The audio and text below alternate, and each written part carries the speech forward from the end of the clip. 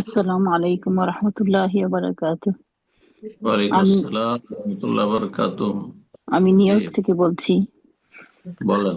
আমার প্রশ্নটা হচ্ছে, বাসায় যখন আমরা জামাতে সালাত আদায় করি, তখন আমার ছেলে একটু বড় সূরাগুলা পড়ে। আমি তখন জামাতে আমি কি কোরআন দেখেও একটু দেখতে পারি যে সে সঠিক বলতেছে কিনা? আমিও নামাজ সালাতরত অবস্থায় এটা কি করা যাবে? ফরজ কোরআন। সালাতে? জি। না, ফরজ সালাতে কোরআন ধরে কোরআন দেখা যায় না।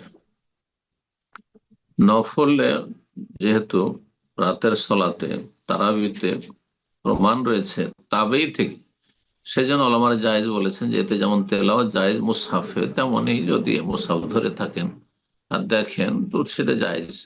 কিন্তু ফরজ সালাতে প্রথম কথা ছোট সূরা পড়বে, তারপরে যদি ভুল করে ইমাম, তাই এই অতিরিক্ত সূরা ফাতিহার উপর অতিরিক্ত তেলাওয়াত সুন্নাত, সুন্নাতে ভুল করেছে। হ্যাঁ, দুটো তিনটা আয়াত পড়েছে, তারপরে ভুলে গেছে, রুকুতে চলে যাক, কোনো দোষের কথা নাই। আর আপনি পিছনে ফরজ সালাতে কোরআন ধরে থাকবেন, দেখবেন এটি জায়েজ নয়। আল্লাহ তাআলা আলাম। শেখ, আসসালামু আলাইকুম।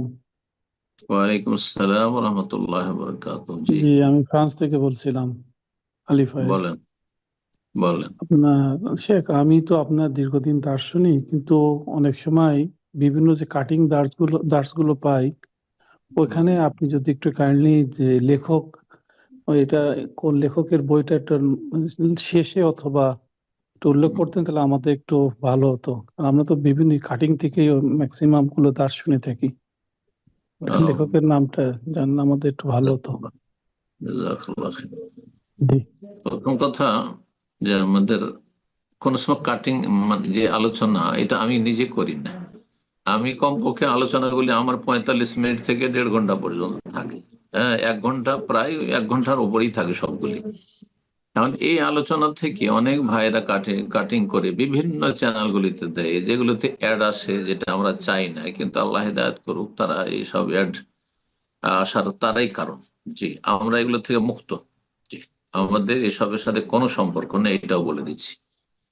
তারপরে কাটিং গুলি যেগুলো হয়ে থাকে, যেহেতু আমি সেই কাটিংটা আহ শুধু আলাদা করে আমি বলি না, সেটা কোন একটা জায়গা থেকে কাটা হয়েছে, তাহলে সেখানে রেফারেন্স অনেক সময় আমাদের পক্ষে বলা সম্ভব হয়নি।